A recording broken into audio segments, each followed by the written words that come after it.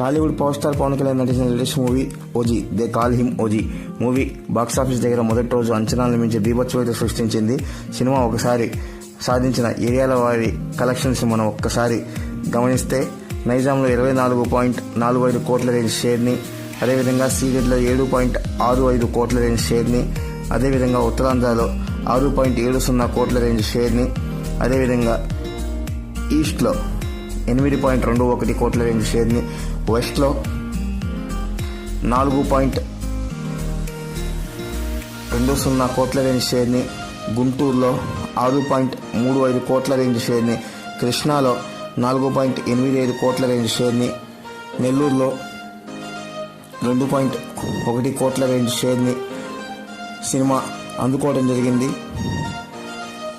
తర్వాత టోటల్గా 2 తెలుగు రాష్ట్రాల్లో సినిమా చూసుకుంటే 64.56 కోట్ల రేంజ్ షేర్ని అయితే అందుకోవడం జరిగింది. గ్రాస్ వచ్చరికి 90.85 కోట్ల రేంజ్లో ఉంది. 2 తెలుగు రాష్ట్రాల ఆవల అంటే కర్ణాటక, వెస్ట్ ఆఫ్ ఇండియా మొత్తం కలుపుకొని ఒకసారి మనం చూసుకుంటే కర్ణాటకలో 4.65 కోట్ల రేంజ్ షేర్ని, 9.44 కోట్ల రేంజ్ గ్రాస్ని, కర్ణాటక తర్వాత మిగతా రాష్ట్రాలు అన్నీ కలుపుకొని సినిమా 85 లక్షల రేంజ్ షేర్ని, 2.10 కోట్ల రేంజ్ గ్రాస్ని అయితే అందుకోవడం జరిగింది.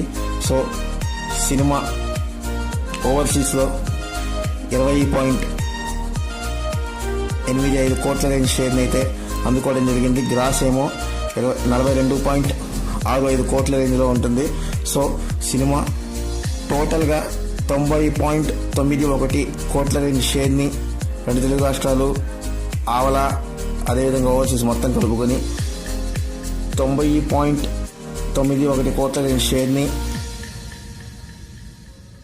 తర్వాత 145 కోట్ల రేంజ్ గ్రాస్ని అయితే అందుకోవడం జరిగింది. సినిమా 2 తెలుగు రాష్ట్రాలతో పాటు వరల్డ్ వైడ్గా 172 కోట్ల రేంజ్ ప్రీలీజ్ బిజినెస్తో 174 కోట్ల రేంజ్ టార్గెట్తో బరిలోకి దిగగా మొదటి రోజే చాలా మొత్తాన్ని వెనక్కి లాగిన సినిమా 50% పైగా రికవరీ చేసి 83.91 కోట్ల రేంజ్ షేర్ని ఇంకా రాబట్టాల్సిన అవసరంతో రెండో రోజు నుంచి బరిలో దిగుతుంది. చూద్దాం రెండో రోజు నుంచి కలెక్షన్స్ ఎలా ఉంటాయో.